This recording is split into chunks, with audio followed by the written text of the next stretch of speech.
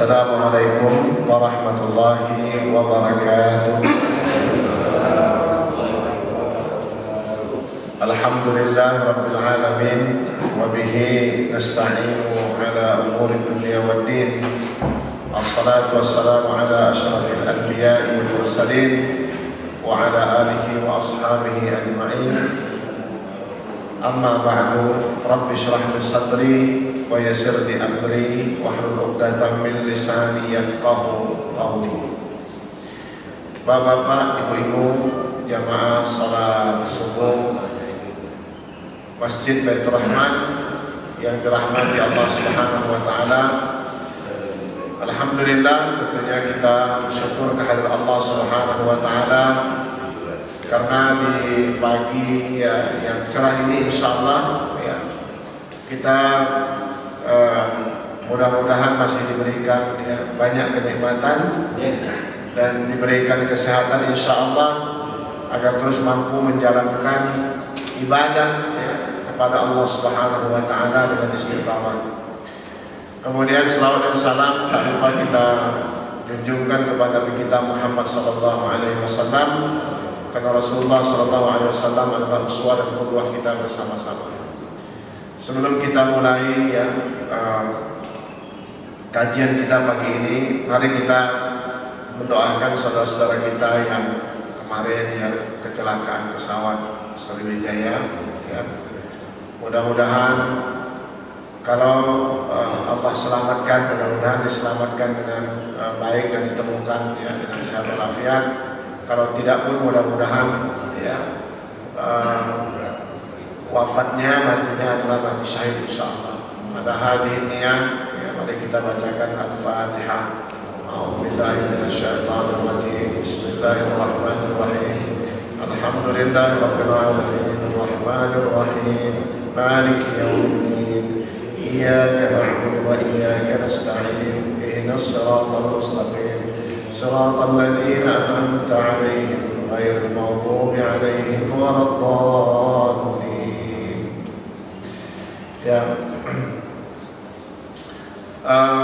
Tentunya kita sambung kajian kita yang lalu masih sekitar tentang bagaimana kita memaknai keislaman ini dari segi keilmuan. Karena saya katakan bahwa umat Islam sering sekali terjebak pada keawaman begitu, atau pada keilmuan yang semu.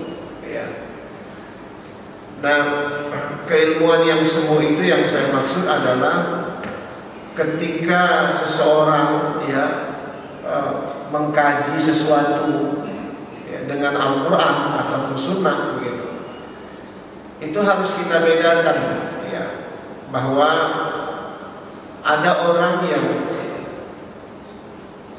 menjadikan dasar pijakannya Al-Quran dan Sunnah, tetapi kita lihat itu sangat berbeda dengan ulama-ulama. Misalnya kalau kita sebut saja misalnya Ibnu Katsir misalnya, Ibnu Katsir itu memang tafsirnya adalah tafsir yang disebut dengan tafsir Quran bil Quran, atau tafsir Quran dengan hadis. Tapi dia tidak sampai di situ, dia mentafsirkan Al-Quran juga dengan perkataan sahabat. Artinya bahwa dia memberikan sebuah ruang pengetahuan yang besar. Nah, saya melihat bahwa kadang-kadang kita terjebak pada keilmuan yang semu. Yang semu itu tadi saya maksud bahwa seakan-akan kita ketika berdalil dengan Al-Quran dan Sunnah itu cukup begitu. Padahal mestinya Al-Quran dan Sunnah itu difahami sebagaimana Ibnu Katsir mengungkapkan dari perkataan-perkataan sahabat. Nah, sahabat-sahabat ini yang memberikan pentafsiran, penjelasan tentang Al-Quran dan Sunnah. Itu yang kita anggap ilmu yang kemudian dia berkembang. Karena memang zaman kita ya, karena dulu pernah saya katakan di zaman kita ini kebetulan ya mudah sekali menemukan ya, atau sudah mudah menemukan dalil dari Al-Quran dan Sunnah. Enggak seperti zaman kita dulu ya, ingin menemukan dalil itu susah, apalagi hadis gitu. Sekarang nggak perlu beli buku, nggak perlu beli kitab, kitabnya bisa di-download, bisa dicari begitu, dan insya Allah ketemu. Tetapi bertemu dengan sebuah dalil, ya. Makanya kalau orang dulu itu dia bertemu dengan sebuah dalil, dia mesti mendiskusikannya dengan gurunya. Nah, kita sekarang nggak mendiskusikannya hanya dengan buku. Itu kita. Jadi cara menuntut ilmu yang efektif itu bukan membaca buku, tapi mendiskusikan bacaan yang kita baca. Kalau sekarang kan kita mengambil kesimpulan dari buku, seakan-akan buku itu final. Itu yang saya sebut, itulah yang sering kita ilmu itu jadi semu. Jadi seakan-akan dia kaku, tidak berkembang. Kenapa? Kita mengambil kesimpulan langsung dari buku. Dulu orang belajar kitab, misalnya saya contohkan Ibnu Katsir. Ibnu Katsir itu tidak dibaca sendiri, tapi dibacakan oleh gurunya, dijelaskan oleh gurunya. Itu kajian efektif. Kemudian dijelaskan. Kalau orang-orang ilmu misalnya kitabnya Ihya Ulumuddin misalnya, ya, itu dijelaskan. Walaupun kalau dibaca bisa, tapi belum tentu membaca itu sesuai pemahamannya apabila tidak digurukan. Itu makanya sering sekali orang bertahan sekarang ini ya, berpedoman pada kitab. Dia itu yang saya sebut semu itu. Jadi ketika dia membaca kitab, dia bilang, ini dalam buku si fulan ada. Ya. Padahal orang kalau membaca buku, kalau dia tidak punya pengetahuan lengkap tentang dasar apa yang dibaca dari buku tersebut, maka dia akan susah. Misalnya contoh saya kalau baca buku kedokteran bisa, pasti bisa. Tapi apakah saya sepaham dokter yang membaca buku kedokteran? Pasti beda. Kenapa? Karena dasarnya saya nggak punya. Tapi saya bisa baca. Makanya banyak herbalis itu yang saya sebenarnya kalau sama herbalis nggak terlalu percaya. Tapi kalau dokter kemudian jadi herbalis, misalnya seperti siapa namanya itu yang terkenal tuh? Ya, itu bagus itu. Karena dia punya dasar pengetahuan. Misalnya seperti abang saya dokter misalnya. Dia bilang, Gerham, kalau kamu kena sakit itu katanya, saya kan kadang-kadang abang saya itu terlalu rasional, obat terus. Tapi belakangan ini enggak, kamu minum makan telur yang satu hari 1 atau 2 itu bagus vitaminnya, itu kan herbal itu. Artinya bahwa kalau pijakannya itu dari seorang yang sudah punya dasar, maka nggak apa-apa. Tapi kalau masalah agama itu berbalik, saya perhatikan. Orang semua ketika dia baca buku sudah final dia rasakan bahwa dia sudah mengetahui ilmu agama. Itu saya heran begini. Kalau saya dulu baca buku berguru, misalnya contoh ya,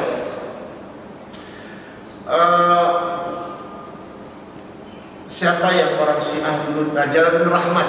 Saya banyak baca buku Jalaladdin Rahman itu, tapi nggak pernah ditelan sendiri, didiskusikan dengan guru saya. Ustadz ini gimana Ustadz? Oh ini begitu, begini, dijelaskan. Ya saya tanya hadis ini kok aneh Ustadz? Oh iya kok hadisnya begini, didiskusikan. Jadi kita nggak mengatakan langsung bahwa hadis ini palsu, gitu. Nggak begitu caranya. Tapi dijelaskan, ini hadisnya begini. Jadi kita tahu ada diskusi kita kepada seorang ketika kita membaca buku.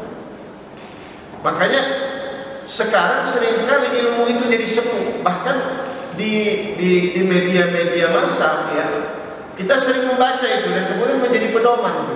Entah itu tentang kesehatan, entah itu tentang agama dan sebagainya, jadi pedoman. Padahal mesti didiskusikan, benar nggak ya? Gitu. Misalnya contoh, misalnya ada obat herbal misalnya dari Cina namanya Linhua. Ada yang tahu? Pernah baca? Ada obat herbal namanya Linhua. Itu ada tahu ya? Nah, itu kan direkomendasikan katanya untuk mengobati virus corona.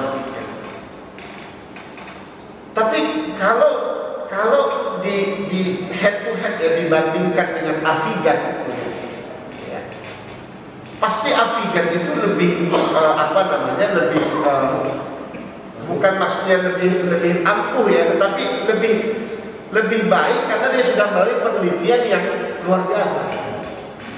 Dan bandingkan harganya beda sekali, 24 tablet begitu ya dalam satu kemasan. Itu kalau nggak salah saya Linhua itu harganya cuma 115.000, paling mahal ya. Ada yang 120.000 paling mahal, ada yang jual 65.000 bahkan. Itu di luar. Avigan itu 100 tablet 8 juta. Itu makanya mahal pengobatan corona itu di rumah sakit itu. Kalau diberikan Avigan 5 hari virusnya udah lemah ya. Kalau ada virus itu. Tapi itu kan, itu yang saya maksud bahwa kita kadang-kadang percaya kepada bacaan yang kita sebut final, itu namanya ilmu semu namanya. Nah itu nanti dalam agama, kalau kita bandingkan tadi yang saya sebutkan dalam agama, sama itu. Ada orang yang sudah baca buku, itu disebutnya dirinya sudah tahu segala-galanya, padahal dia dasarnya nggak tahu. Saya contohkan misalnya ya, bahasa Arab itu kan bahasa yang multi makna ya. Satu kata dia bisa menjadi makna yang banyak, atau bukan makna tapi pentafsiran juga bisa banyak dari satu kata. Misalnya contoh dalam Al-Quran, misalnya sebutannya tentang aula mastumun nisa, tentang ayat wudu itu, mandi itu ya, kata lamastum itu kalau di dalam bahasa Arab ya, kalau arti yang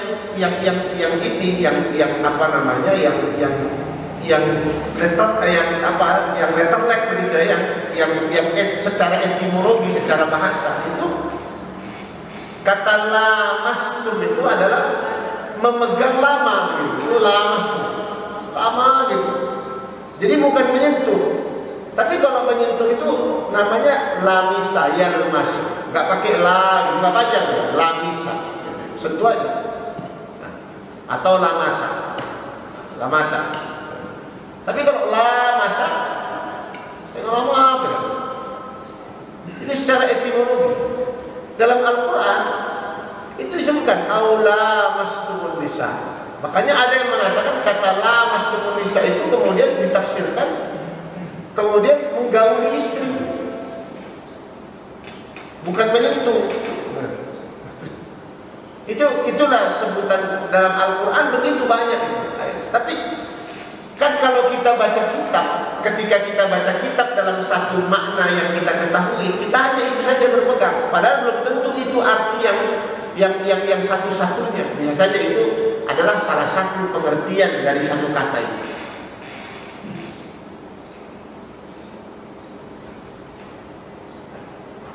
Misalnya ya,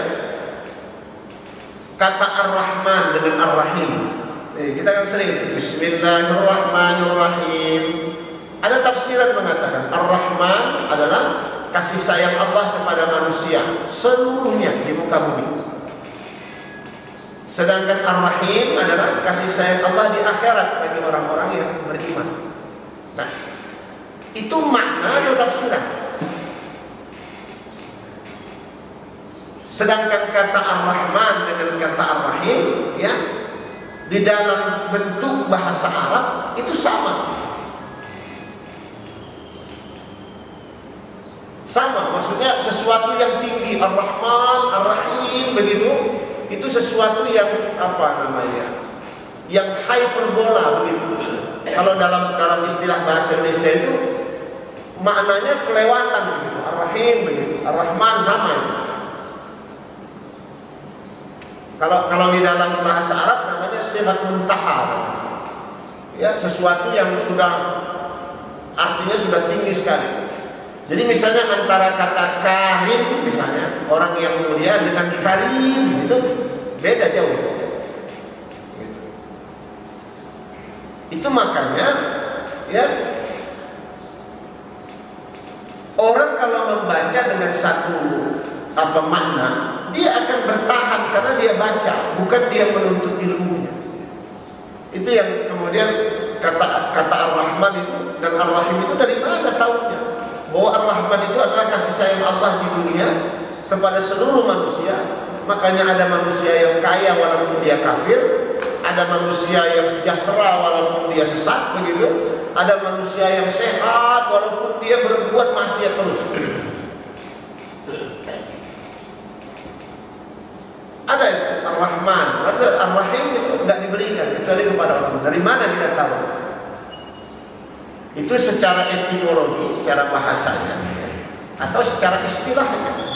Kalau istilah itu berarti kita dulu baca definisi. Definisi itu, ya, saya katakan itu multitafsir. Definisi. Walaupun syarat-syaratnya sudah saya sebutkan ya. Makanya kita banyak dalam Islam ini banyak bertengkar tentang masalah-masalah seperti itu. Ya. Misalnya sekarang yang lagi didengungkan itu tentang radikalisme, intoleransi, ya. Dalam Islam, ya, toleransi itu nggak ada kecuali pada toleransi sosial. Kalau dalam toleransi agama itu nggak ada. Toleransi sosialnya iya, tapi toleransi agamanya enggak. Ayat-ayat dalam Al-Quran itu seluruhnya adalah ayat-ayat yang kebanyakan, maksudnya kebanyakan itu ayat-ayat intoleransi. Wahai orang-orang kafir, gitu. Telah kafir orang yang menyatakan Isa putra Maryam itu Tuhan, gitu kan? Telah kafir orang yang menyatakan Allah itu 3, gitu. Itu intoleransi ayat itu. Tapi dalam agama, dalam teologi, ya, dalam keyakinan itu nggak ada toleransi. Makanya sebutannya ya ayyuhal kafirun la a'budu ma ta'budun gitu kan. Ya. Laqad kafara alladziina qalu innallaha tsalitsu tsalatsa. Itu ayat-ayat yang banyak sekali ayat-ayat seperti itu dalam Al-Quran, ayat-ayat intoleransi. Tapi toleransi itu toleransi sosial. Itulah makanya kenapa disebut kata toleransi itu di dalam Islam itu dalam bahasa Arab namanya tasamuh. Karena kata tasamuh itu adalah didirikan, diadakan, dilakukan oleh manusia untuk manusia. Kalau antara Allah dengan kita itu bukan toleransi. Misalnya kita berbuat maksiat, Allah biarkan kita, bukan toleransi Allah itu. Nanti itulah masuk dalam rahmat Allah itu. Orang yang masih diberikan rezeki. Nanti dalam bahasa hukumnya namanya istidraj namanya gitu. Itu bahasa hukumnya. Orang yang diberikan kenikmatan berbuat maksiat terus lama-lama gitu, itu istidraj ya. Tapi kalau dalam bahasa Allah kepada hambanya itu adalah kasih sayang Allah kepada hambanya. Orang yang maksiat masih diberikan kesehatan. Makanya kita heran begitu ya, kalau misalnya ada orang yang membaca buku kemudian bertahan pada pendapat. Heran itu. Karena Al-Quran sendiri menunjukkan kata-kata yang berbeda-beda ya.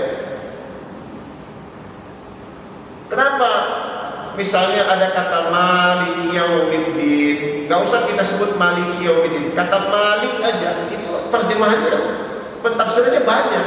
Bukan kata Maliknya, tapi kata Malik yang panjang yang sering dibaca. Tafsirannya banyak. Jadi kita kalau mengambil satu, itulah yang membuat hati kita keras. Itu orang tandanya ilmunya semu. Orang ilmunya semu itu hatinya keras. Itu yang seperti dipikirkan oleh pengikutnya Nabi Musa ketika Nabi Musa minta itu dipotong sapi. Kan sebenarnya kan Nabi Musa kan nyuruh motong sapi. Tapi kalau orang yang ilmunya semu itu selalu tanya, terus kemudian bertahan begitu. Tanya tawa. Jadi ilmunya semu. Harusnya orang itu kayak muridnya pengikut Nabi Musa itu, misalnya tentang makanan manna wa salwa dalam Al-Quran itu kan sudah makanan bagus itu, ya. Tapi karena mereka kepingin yang lain-lainnya begitu, maka dikasih yang rendah. Itu ilmunya semu. Nah kita, kenapa saya semu-semu? Karena mereka berguru kan, ada orangnya, ada Nabi Musa nya ketika itu. Kalau kata gurunya lakukan. Karena Nabi Musa lakukan. Dapat keberkahannya. Tapi kita enggak. Kita kan sekarang enggak berhadapan dengan guru, berhadapan dengan buku kita bacain. Seakan-akan ilmunya banyak. Padahal ditanya, ini apa? Oh enggak, ini begini Ustaz, artinya begini, maksudnya begini. Padahal yang dia maksud itu yang dia baca, bukan yang dia olah. Nah ini kebanyakan dari kita. Makanya kita beragama itu sama dengan kita datang ke dokter. Kita ketika datang ke dokter, mana yang kita pilih? Mantri, dokter umum, atau dokter spesialis? Kita pasti lebih percayalah pada dokter spesialis. Gak mungkin dokter umum. Kalau dibandingkan antara dokter umum dengan dokter spesialis, kita lebih percaya, maaf ya kalau di sini ada dokter. Tapi kita dipercaya kalau dokter spesialis gitu. Tapi walaupun nanti ada 1-2 orang ya yang memang bisa dipercaya, misalnya kayak Hamka itu nggak pernah belajar, tapi itu tidak bisa dijadikan patokan. Maksudnya nggak pernah belajar talaki dengan gurunya gitu, belajar secara formal itu kan. Tapi itu nggak bisa jadi patokan. Misalnya contoh, kalau di Saudi itu bin Bas misalnya, bukan bin Bas, Albani misalnya. Albani itu nggak bisa jadi patokan bahwa Syekh Albani aja bisa begitu. Enggak, Syekh Albani itu salah satu daripada keajaiban yang ada di Saudi itu. Sama kalau di kita itu Hamka dulunya, yang orangnya nggak pernah belajar secara formal tentang agama. Sama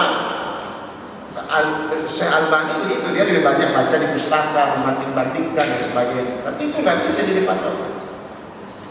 Itu hanya satu dari sekian banyak orang. Nah itu orang yang memang langka gitu ya. Orang bagus langka gitu. Kalau di Indonesia ada Hamka, kalau di sana ada Albani gitu. Ada nggak Albani sekarang seperti itu? Nggak ada lagi. Sulit mencarinya. Misalnya kalau kita tanya, ada orang seperti Hamka sekarang ini? Nggak ada. Sulit mencarinya. Nah ilmu itu didapat ya. Jadi misalnya kayak bapak-bapak dan ibu-ibu ini, bapak-bapak dan ibu-ibu ini hanya mendengar, itu yang pertama. Atau kemudian yang kedua membaca.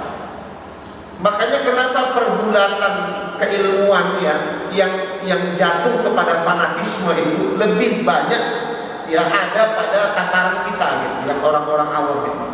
Karena kita begitu mendengar dan ya membaca, itu kita begitu.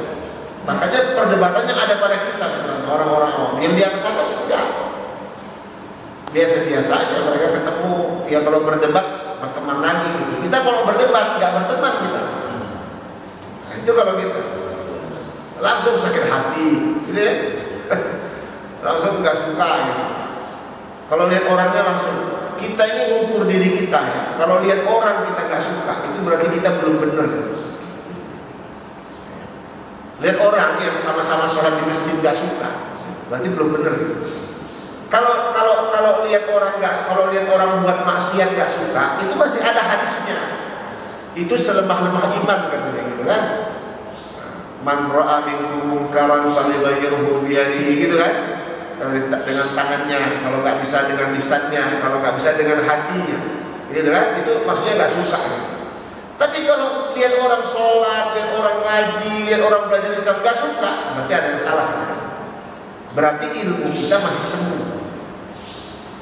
Itu hati-hati. Ya. Saya hilangkan rasa nggak suka itu, walaupun ada perbedaan kadang-kadang tajam itu mesti dihilangkan. Biarlah orang itu nanti akan jadi apa. Kan saya pernah ceramah jadi waktu itu di Libya, ya, saya lupa tahun 2000 berapa itu. Di Libya itu saya diundang oleh Persatuan Mahasiswa Libya. Saya tanya sama ketuanya, kenapa saya diundang? Saya pun nggak tahu, dia nggak kenal saya nggak kenal dia. Saya diundang 2000, saya lupa 2000 berapa itu. Katanya, Pak, kita punya masalah ini, Pak Ustadz, katanya. Masalahnya apa? Anak-anak Libya ini katanya, kan Libya itu sekarang ada yang berasrama, ada yang nggak berasrama, karena asramanya nggak cukup. Gitu.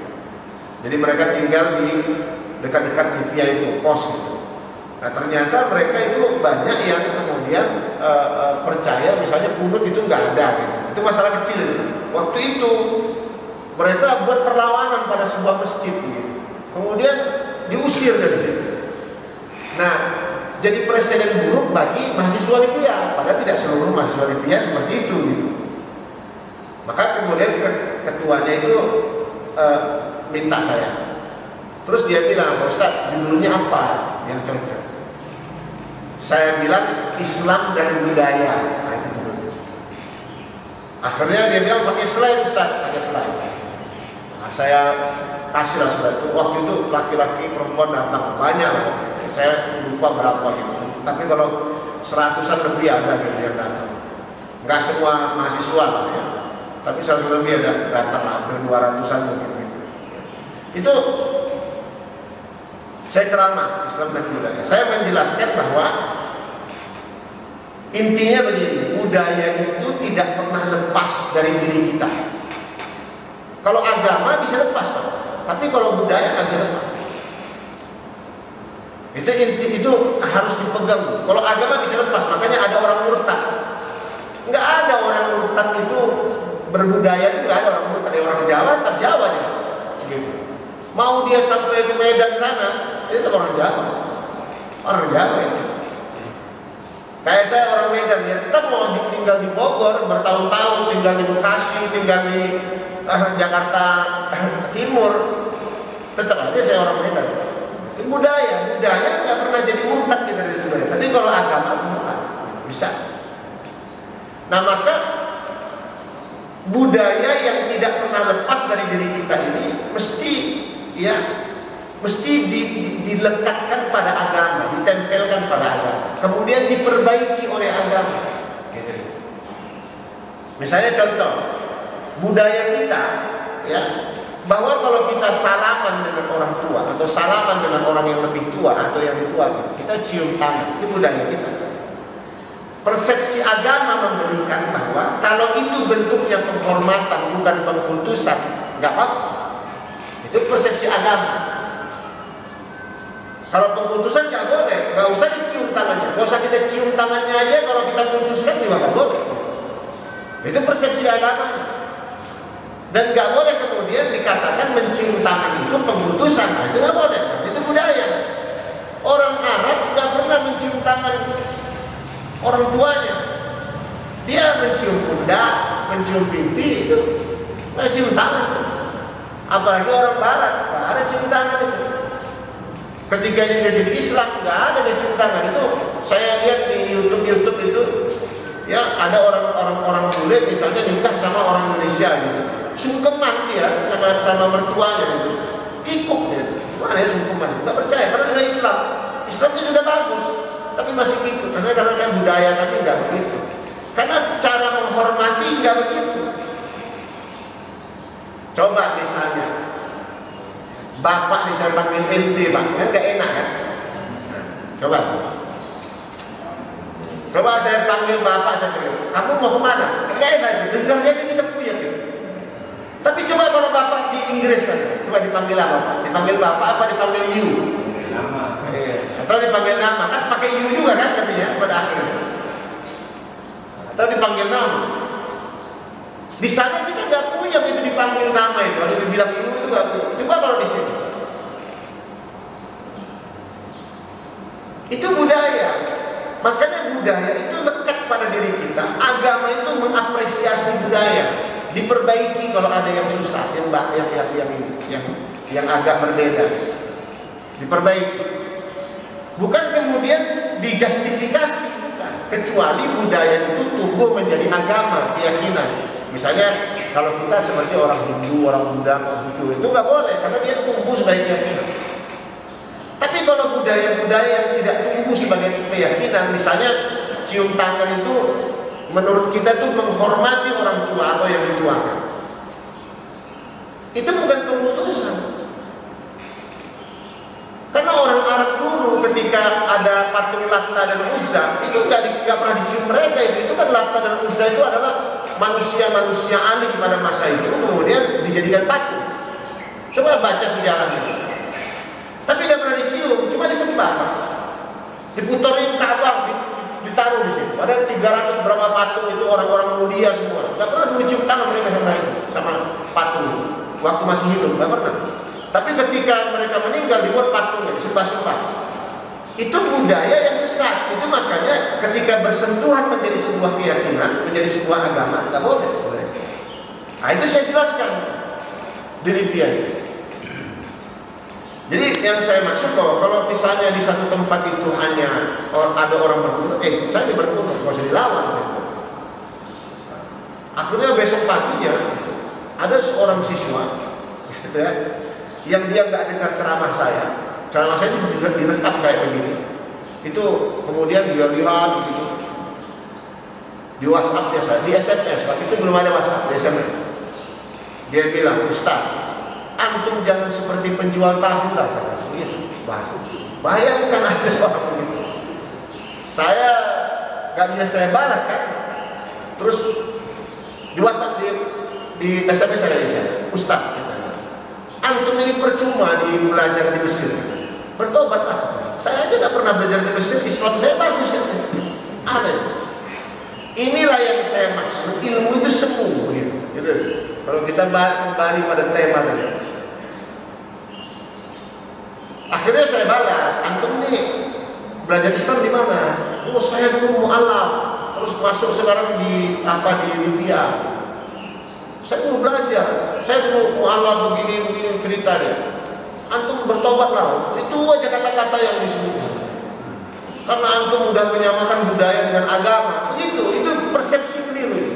Orang kalau udah gak suka, seluruh hal yang kita katakan itu pasti salah.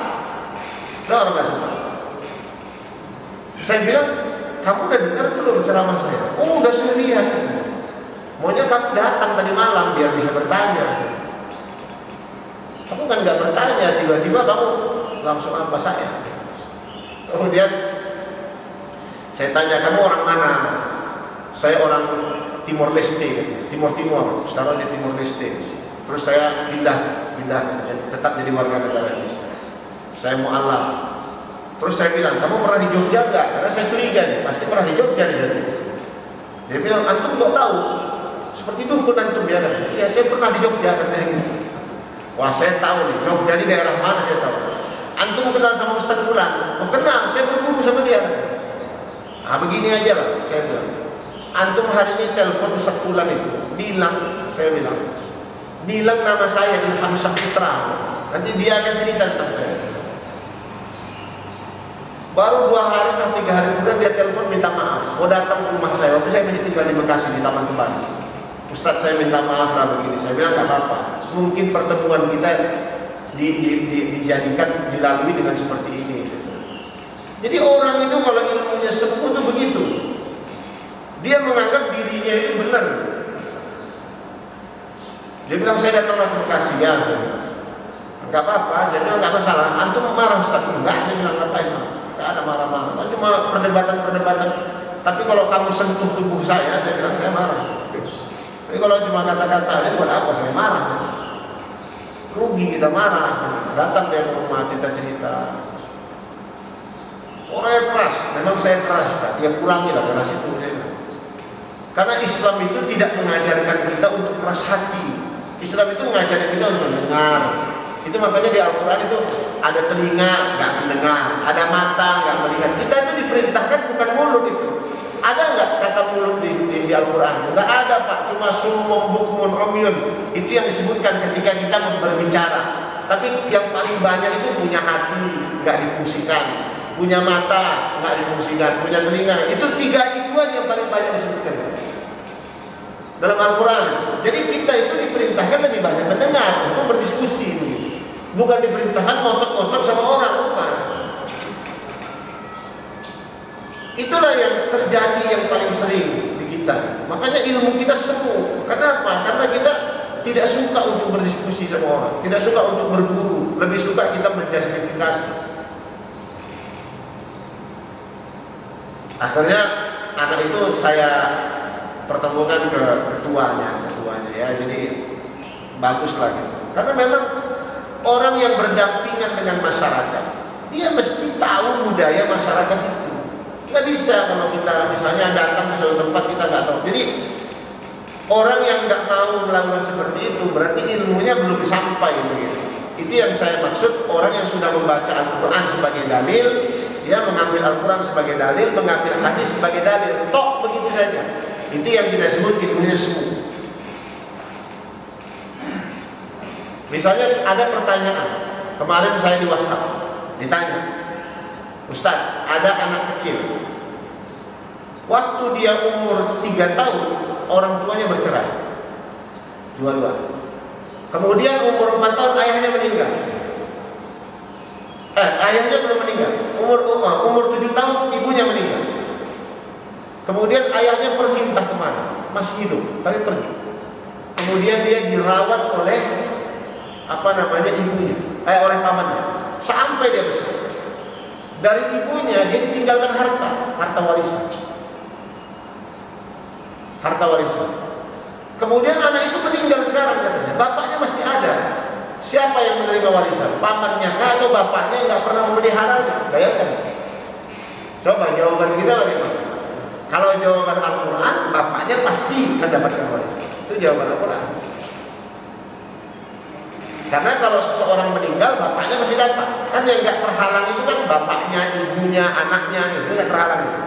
Istrinya, itu nggak terhalang. Atau suaminya. Kalau udah punya semuanya, ya, dia nggak terhalang. 5 komponen yang nggak dihalang itu. Bapak, ibu sampai ke atas. Anak, laki-laki, perempuan sampai ke bawah. Kemudian ke samping itu hanya istri atau suami. Itu masih nggak terhalang. Kalau mereka hidup semuanya pada waktu seseorang meninggal, ada semua ini, mereka pasti dapat. Nah dia tanya, gimana Ustaz? Itu anak itu hartanya sama bapaknya. Gitu. Kalau sama bapaknya, bapaknya dapat semua itu, karena bapaknya asobah. Atau sama pamannya. Nah, bagaimana? Kalau kita berpijak pada Al-Quran, pasti bapaknya dapat. Ada enggak jawaban lain? Ini PR untuk bapak dan ibu. Biar ngaji maksudnya. Kalau saya yang jawab terus bagaimana itu? Ya. Jadi itu cara berpikir itu yang saya sebut. Kadang ilmu kita semu, gitu. Itu yang saya sebut. Dia jangan penasaran. Sudah Ustaz jawab aja lah, nggak usah. Cari sendiri. Nanti ada ceramah tanya. Jadi anak ini seumur-umurnya itu dipelihara oleh pamannya sampai dewasa. Belum nikah meninggal anaknya. Hartanya banyak. Bapaknya masih hidup, tapi bapaknya nggak pernah merawat dia. Yang merawatnya pamannya. Pamannya dapat nggak? Nah, coba nanti cari tahu. Ya. Saya jawab itu. Tapi itu yang saya maksud. Ya. Jangan kita ilmunya ilmu semu. Nanti kita kalau ilmu semu debatnya panjang dan ngotot-ngototan. Itu yang susah. Misalnya warisan boleh nggak dibagi rata? Jawabannya boleh. Kenapa nggak boleh? Asal semua pewaris sepakat untuk dibagi rata setelah dibagi sesuai dengan warisannya. Kan jawabannya kan ditanya, boleh nggak? Boleh aja, tapi pakai syarat. Boleh. Tapi kalau kita nggak boleh, stop ini harus, ya. Kadang ya 1:2 itu memicu ketamakan laki-laki. Itu kadang. Itulah yang saya sebut bahwa kita nggak bisa hanya berpegang pada dalil begini saja. Harus banyak budaya yang kita lihat. Misalnya kalau ini ya, misalnya kalau warisan orang Padang, ada namanya pusako apa namanya, yang tinggi itu pusako apa namanya, itu nggak dibagi Pak. Ada pusako yang dibagi. Saya lupa nama istilahnya. Itu ada pusako apa? Itu orang Padang. Itu ternyata setelah saya lihat gitu ya, saya kaji itu. Ternyata pusako tinggi, pusako apa namanya itu yang nggak dibagi itu adalah inti penghidupan keluarga dan itu disepakati. Terus kenapa laki-laki nggak terlalu dimanjakan? Kenapa perempuan semua diberikan? Itu memang ada jawabannya secara apa namanya, secara syariatnya dalam percampuran dengan budaya. Itu ada jawabannya di Padang. Tapi bagi kita nggak percaya, kita salah itu, nggak betul itu. Selalu gitu kita jawab. Nggak betul itu, kenapa perempuan yang dapat kurang? Katanya laki-laki nggak dapat. Coba bayangkan, gara-gara laki-lakinya nggak dapat dan nggak pernah laki-laki itu, hampir nggak pernah ada di Padang itu yang menuntut itu. Ada 1-2, tapi hampir sedikit ada. Gara-gara itu orang Padang itu kaya-kaya Pak. Dan mereka rela itu tinggalkan tempat itu. Saya tanya ada teman saya orang Padang, kamu kalau pulang ke rumah kamu di Padang sana, kamu punya kamar? Enggak ada kamarnya. Jadi kamu tinggal di mana? Di ruang tamu. Jadi yang kamar nggak ada, rumah nggak ada kamar. Ada rumah gadang, ada rumah besar. Banyak kamarnya. Jadi siapa yang tempatin? Perempuan. Laki-laki kami enggak. Makanya dulu laki-laki Padang itu banyak di surau. Itu Pak. Itu ada hal-hal yang kita nggak pahami dalam budaya mereka. Sama dengan orang Arab nggak paham budaya kita, cium tangan nggak paham dia itu. Mereka nggak mau dicium tangan, tarik ke tangannya itu. Kalau kita cium tangan itu bukan memutuskan dia, menghormati dia. Orang Arab nggak paham, makanya sama orang Arab jangan cium tangan, salam aja. Kalau sama orang Indonesia cium tangan, karena memang itu budaya kita. Orang Arab nggak mau dia, oh ini katanya aneh ini. Makanya ada pertanyaan di Saudi, Ustaz, Syekh katanya, kalau di Indonesia itu katanya, orang Indonesia itu cium tangan, itu seperti memutuskan, boleh nggak katanya? Ya kalau pertanyaannya seperti memutuskan, ya jawabannya apa? Ya nggak boleh. Ya tapi kan nggak ada kita memutuskan. Ada nggak memutuskan orang tua cium tangan? Nggak ada. Bapak memutuskan orang tua nggak cium tangan? Kalau dengan guru bapak cium tangan apa maksudnya?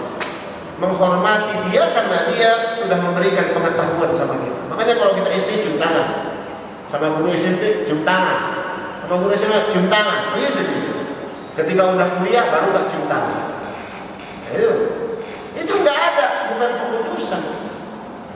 Jangan dibalik-balik itu, di kita nggak ada yang begitu. Tapi kalau orang Saudi, iya, saya belajar di Arab, saya tahu itu. Orang Arab nggak suka dicium tangannya.